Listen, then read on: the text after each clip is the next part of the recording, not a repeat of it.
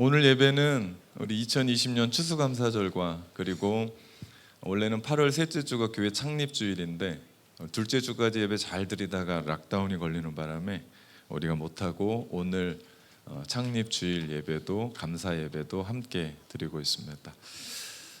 한때 베스트셀러였었던 물은 답을 알고 있다라는 책이 있었습니다.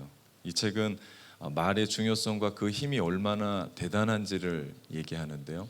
이 말 한마디가 사람에게는 물론 아무것도 아닌 물에게도 영향을 미친다라고 하는 연구 결과를 쓴 책입니다.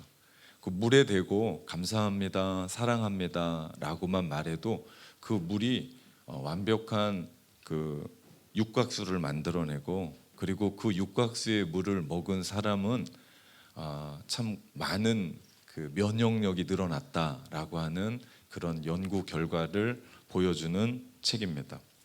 그러고 보면 그 말 한마디, 감사합니다, 사랑합니다, 축복합니다, 이 한마디가 한 사람 한 사람을 따뜻하게 하고 행복하게 하는 것을 봐요.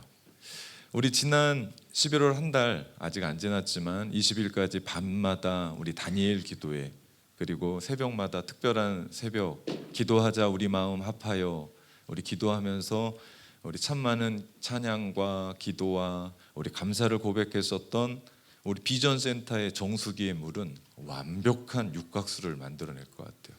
그렇죠? 여러분이 그 물을 먹으면 인체에 면역력이, 이렇게 하면 또 사람들이 비전센터에 와서 물 다 떠가면 제가 물 배달하기가 쉽지 않으니까, 그렇다, 여러분의 있는 그 집의 정수기에 감사합니다, 사랑합니다, 축복합니다 라고 이야기할 때 전혀 다른 삶이 펼쳐진다는 거죠. 일반적으로 감사는 타인이 나에게 베푼 호의에 대해서 마음을 가지고 표현하는 거예요. 그래서 우리가 감사한 사람에게 짜장면도 사고 탕수육도 사고 조그만 선물도 해주고 하는 겁니다. 그러나 우리 신앙 안에서, 기독교 안에서의 감사는 예수 그리스도께서 우리 가운데 부어주신 은혜에 대한 감사를 표현합니다.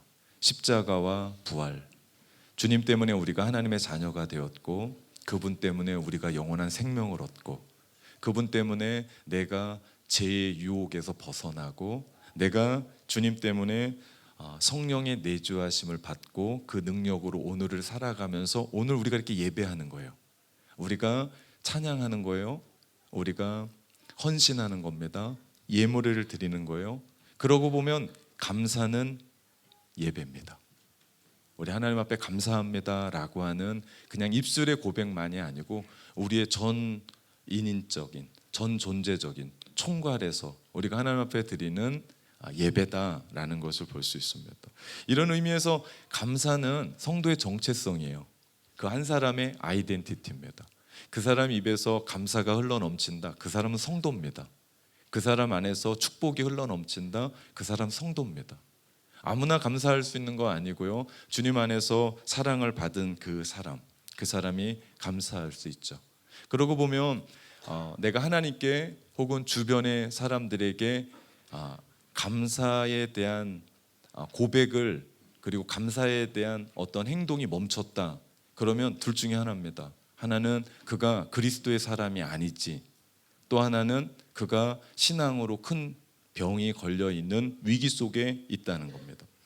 그렇기 때문에 오늘 추수감사절과 교회 창립 감사 예배를 드리면서 우리는 물질의 풍성함도, 우리의 삶의 윤택함도 아니라, 교회가 갑자기 큰 부흥을 맞이해서 어쩔 수 없는 그런 것이 아니고, 무엇보다도 먼저 예수 그리스도의 그 크신 대속의 은혜가 우리 안에 있고, 오늘도 우리의 예배 가운데 성령이 임재하시고 우리 가운데 감동시키시며 우리의 마음을 만지시고, 더 나아가 우리 마음 가운데 나는 하나님의 자녀지, 이 예배를 드릴 때마다 주님의 임재를 경험하고 내가 새롭게 태어난 예수 그리스도의 자녀로, 하나님의 자녀로 우리의 삶 속에 주님의 충만하심이 우리 가운데 드러나는 삶을 살아가는 그 능력을 공급받고 있다면, 오늘 우리는 감사하고도 남음이 있다는 거죠. 그래서 오늘 우리는 감사의 예배를 드립니다.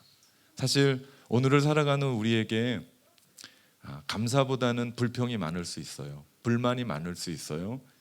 나의 환경과 처지와 여건을 보면 감사할 수 없는 시대인 것 같아요. 감사할 것이 없어 보여요. 그런데 아무리 전 세계가 코로나로 두려워하고 있고 아파하고 있고 지금도 그 영향으로 말미암아 경제 그리고 정치 그리고 교육, 작게는 우리의 삶, 우리의 직장, 우리의 사업장, 우리 안에 염려가 우리 가운데 있고 또 이 속에서 우리 아이들이 어떻게 살아갈까라고 하는 걱정이 근심이 우리 가운데 있을지도 모릅니다. 이런 상황에서 우리가 어떻게 하나님을 감사할 수 있을까? 하나님께 어떤 감사를 할 수 있을까? 저는 그 비결을 오늘 읽었었던 하박국 선지자에게 배우려고 합니다. 오늘 본문은 우리가 가져야 될 감사의 태도와 자세에 대해서 이야기를 하고 있어요. 오늘 하박국은 하나님께서 바벨론을 통해서 이스라엘을 심판하시겠다라고 하는 청천벽력과 같은 소리를 듣습니다. 16절에 보니까요, 내가 들었으므로 하박국이 고백하는 겁니다. 하나님이 하박국에게 도저히 안 되겠다, 이스라엘 백성들이 우상을 숭배하고 나를 떠나서 다른 것에, 하나님 아닌 것에 소망을 두고 가는 이 사람들 그냥 볼 수가 없다. 내가 바벨론을 일으켜서 그들을 처단하고 하나님의 새로운 공의를 새롭게 할 거다라고 얘기합니다. 하박국이 이 이야기를 듣고 창자가 흔들렸다고 얘기합니다. 여러분, 땅이 흔들리면 우리가 살 수가 없습니다. 지진이 일어나는 곳에서는 우리 창자가 흔들렸다는 건요, 살 수가 없는 상황입니다. 그렇게 아파요. 물어보니까 그렇게 아프대요. 그리고 뼈가 썩을 만큼의 고통이 하박국에게 몰려옵니다. 그 충격이 그 마음 가운데 있는 겁니다. 하나님, 이게 웬일입니까? 어떻게 바벨론을 통해서 이스라엘을 치십니까? 바벨론이 이스라엘보다 선합니까?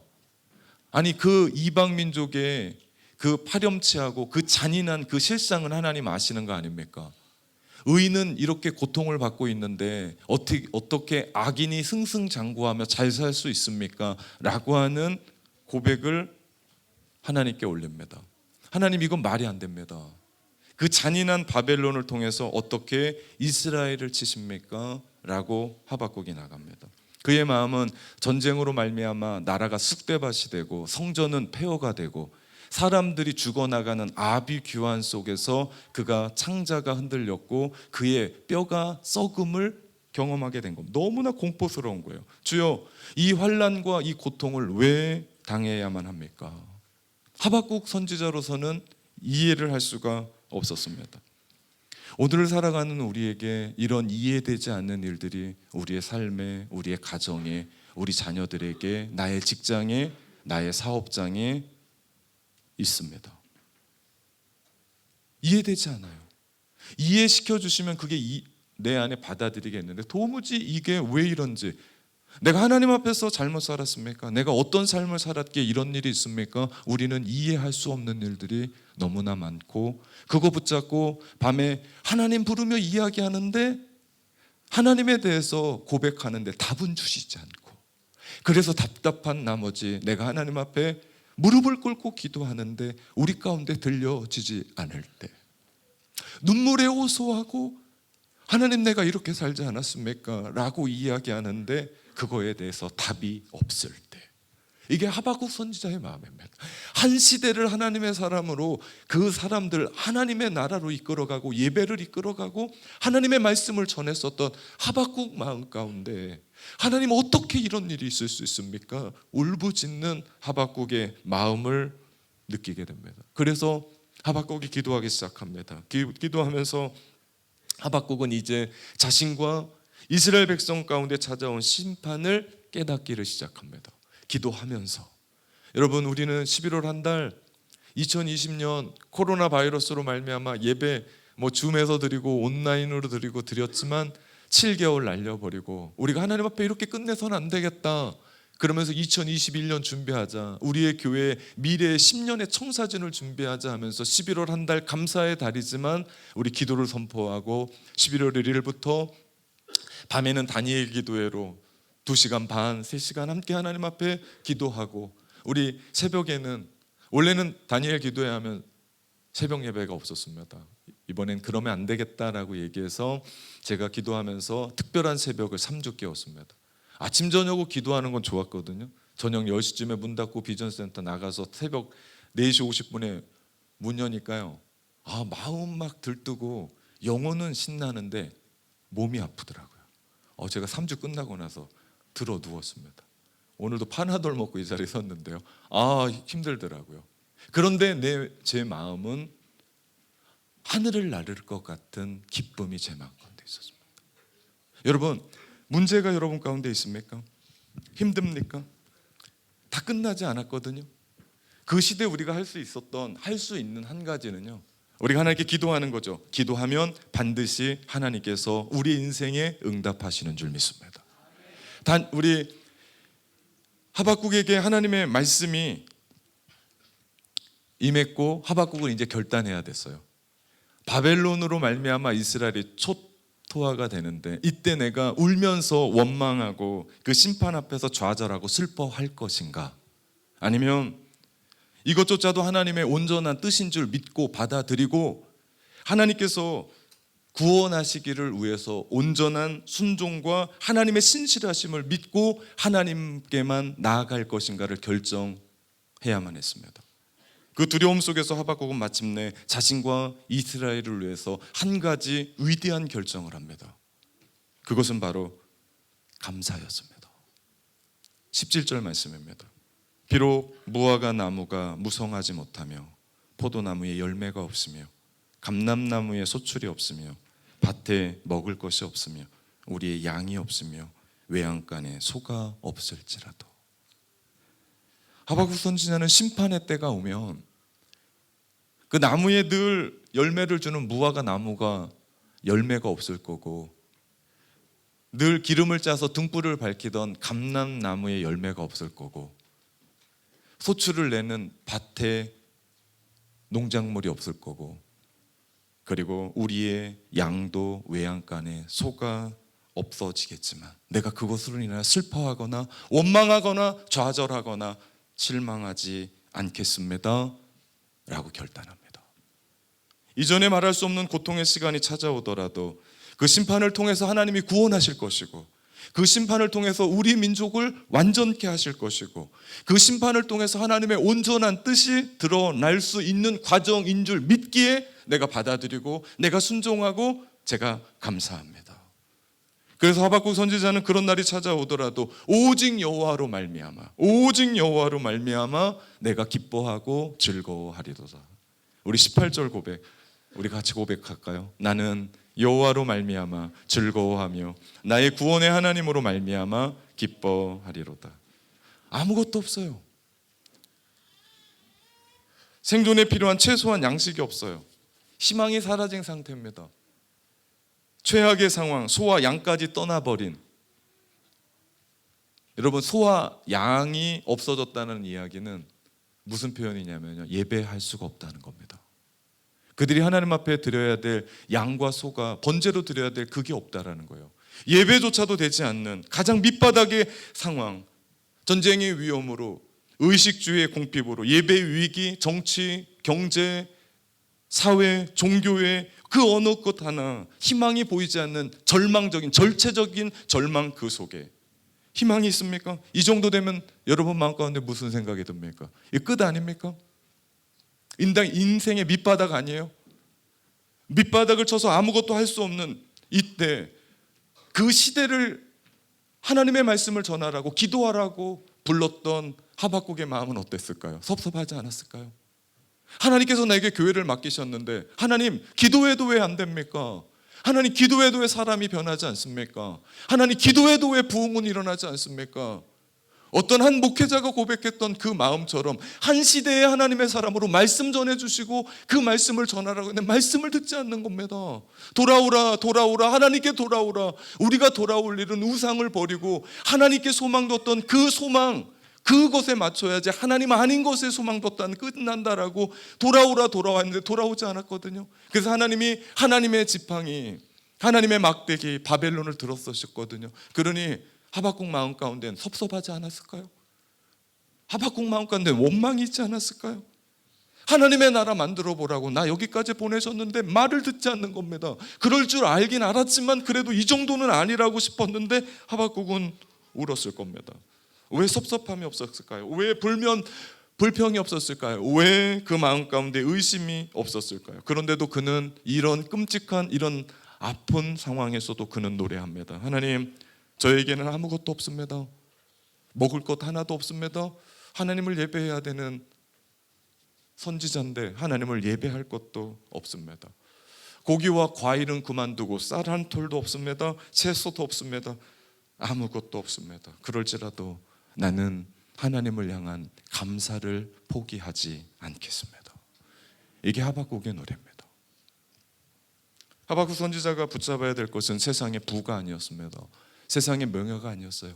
세상에 주는 어떤 짜릿한 쾌락이 아니었습니다. 그가 붙잡았던 것은 오직 하나님의 이름. 오직 하나님의 이름. 오늘 우리가 목 놓아 아가파와 찬양팀과 찬양했었던 그 예수의 이름, 그 주님의 이름, 주의 이름을 높이겠습니다라고 했었던 그 이름, 그 하나의 이름만 있다면 난 하나님께 감사합니다. 그리고 하박국은 고백합니다. 기쁨뿐만 아니라 슬픔도 감사하겠습니다. 성공뿐만 아니라 실패도 감사하겠습니다. 건강뿐만 아니라 몸이 아픈 것도 감사하겠습니다.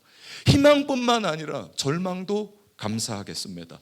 풍족함뿐만 아니라 없는 것도 감사하겠습니다. 승리만이 아니라 패배도 감사하겠습니다.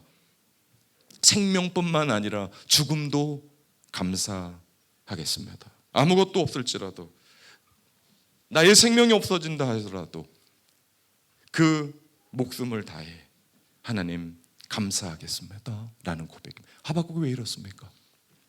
하박국 이상해진 겁니까? 창자가 흔들리고 뼈가 썩는 듯한 그런 고통 가운데 하박국이 돈 거예요? 정신 이상해진 거예요? 아닙니다. 이유가 있습니다. 감사를 자기 자신에게서, 자신의 환경 속에서, 자신의 처지와 여건과 지금까지 내가 벌었었던 그것이 아니라 그것을 주신, 그렇게 허락하신, 그리고 인도해 가실 하나님의 이름, 주님의 이름, 그가 바라본 건 환경과 처지가 아니라 오직 하나님이셨죠. 자신에게 가장 중요한 존재, 우리를 구원하시고 우리를 지금까지 이끄셨고, 그렇다면 미래도 여실 것이고 우리의 앞으로의 길도 여실 여호와 하나님, 그 하나님 한 분만으로 감사하며 고백하고 있는 거죠. 18절 말씀, 나는 여호와로 말미암아 즐거워하며 나의 구원의 하나님으로 말미암아 기뻐하리로다. 하박국은 보배이신 하나님의 이름의 가치를 알았던 겁니다. 그래서 그는 고백합니다. 나는 하나님 한 분만으로 만족합니다. 나는 하나님 한 분만으로 기뻐하고 즐거워합니다. 아무것도 가지지 않았고, 비록 나에게 소유한 것 아무것도 없지만, 할 수 있는 것도 없고, 현재 내가 어떻게 해야 될지 모르지만 계속해서 도전하고 달려나가도 실패하지만, 그럼에도 불구하고 오직 하나님, 오직 하나님, 나에게 구원을 주시고 나를 지금 이 자리에 예배로 이끌으시고 나로 하여금 새 생명의 은혜를 가지고 살아가는 그 하나님 한 분만으로 내가 만족합니다. 하박국 선지자에게 있어서 붙잡아야 될 진정한 가치는 세상의 부와 명예와 쾌락이 아니었습니다. 오직 하나님의 이름이었죠. 우리가 가지고 있는 찬송가에 참 많은 곡을 작사한 페니 제인 크로스비라고 하는 여사가 있습니다. 하나님을 향한 그녀의 사랑과 은혜와 감사에 대한 간증이 담겨져 있는 찬송가 참 많습니다. 나의 갈 길 다가도록 예수 인도하시니, 예수로 나의 구주 삼고 성령과 피로써 거듭나니, 주의 음성을 내가 들으니 사랑한단 말일세. 인내하신 구세주여 내 말 들으사 나의 영원하신 기업 생명보다 귀하다. 예수 나를 위하여 십자가를 질 때 오 놀라운 구세주 예수 내 주 참 놀라운 능. 무슨 노래방 같은데요. 그녀의 영혼에서 나온 찬양들이죠. 여러분, 이 크로스비 여사는 태어나자마자 8주 만에 실명합니다. 눈을 잃습니다. 그 옛날에. 그런데도 하나님을 향한 주옥과 같은 찬양을 그의 마음 가운데 작사합니다. 그래서 우리가 드렸던 찬송가 하나하나만 해도 우리의 신앙의 고백으로 고백할 수 있었던, 그녀가 그렇게 할 수 있었던 이유는요, 감사에 있었죠. 그녀가 이런 고백을 합니다. 맹인이었을 때 나는 그것이 좋은 것이라는 것을 알 수 없었습니다. 하지만 내가 맹인이 아니었다면 이 세상에서 어떻게 다른 사람들에게 도움을 주면서 살 수 있었을까 생각해 봅니다. 지금 나는 매우 만족스럽습니다. 하늘에 계신 아버지의 선하심 안에서 그분을 향한 절대적인 믿음과 신뢰를 가질 수 있었기 때문입니다. 이 모든 것이 하나님의 큰 은혜였습니다. 그녀는 일평생 이 찬양을 했다고 눈이 떠진 게 아닙니다. 마지막까지 앞을 보지 못하는 사람으로 평생을 주님 위에 살았죠. 이유가 있습니다. 그것은 단 하나, 하나님을 향한 감사였기 때문에. 여러분, 감사하지 못하면 우리의 삶에는 늘 불평과 불만과 원망과 탄식과 좌절밖에 없습니다. 그런데 감사하면 그 모든 것을 싸그리 씻어주죠. 아니, 우리 입엔 그런 것들이 있을 수가 없습니다. 추수감사절로 2020년 1년을 되돌아봅니다. 연초에 터진 코로나19로 말미암아 이게 언제 끝날지도 모르겠고 아직도 영향을 주는 그런 삶 속에 우리가 살아갑니다. 그래도 감사한 것은 우리 가족들이 다 건강하고 수입은 조금 줄었지만 그럼에도 불구하고 내가 일할 곳이 있고, 락다운 되면서 이렇게 모여서 예배한다는 것이 얼마나 귀한지, 그래서 찬송가 하나를 부르고 찬양 하나를 불러도 그냥 부르지 않고, 여러분 그거 느끼셨습니까? 락다운 끝나고 우리 아가파워 찬양팀 리더들이 하나님을 찬양합시다 그러면 그 박수 얘기하지 않아도 막 하나님 앞에 전심으로 박수 치는 거, 여러분 오늘 느끼셨습니까? 우리 어린아이들 예배를 안 드리는 것 같은데 그 박자에 맞지도 않게 드럼에 맞춰서 박자를 치는 거, 감동 아닙니까? 그 박수 소리가 여러분의 노래를 조금 방해했습니까? 저는 천군 천사가 노래하는 줄 알았습니다. 여러분, 이런 모든 것들이 우리 안에 감사 아닌가요? 우리 22주년 맞는 우리 교회 창립, 얼마나 감사한 일이 많습니까? 갑자기 하나님께서 우리 교회를 엄청나게 세운 건 아닙니다. 그럼에도 불구하고 한 해 한 해 하나님께서 터를 잡아주시고 한 해 한 해 든든한 교회로 세워주셨으니 저는 날마다 비전센터에서 앉아서 기도할 때마다 하나님, 이건 기적입니다. 비전센터 그 자리가 기적이거든요. 10년여 우리 아무것도 없었습니다. 그럼에도 불구하고 믿음의 사람들이 그때 비전 헌금 한 달에 집사님들이 10불씩 내고, 3년 지나서 20불씩 내고 50불씩 내고, 지금은 그렇게 헌금하면서 그 다음 세대들을 위해서 기도하는 그 자리로, 물론 우리 전체가 다 들어가진 못하지만 그래도 그곳에서 참 많은 일들을 하는 하나님이 우리 가운데 이렇게 오게 하신 거 아닙니까? 완성된 거 아닙니다. 진행해 나갑니다. 그럼에도 불구하고 하나님께서 하나님의 비전에 맞게 우리 교회를 근사하게 세워주실 줄 믿기에 또 감사하고 감사합니다. 우리 추수감사절 우리가 이렇게 감사하는 이유, 교회 창립 22주년 맞이해서 창립 감사를 드리는 이유는 우리 안에겐 없습니다.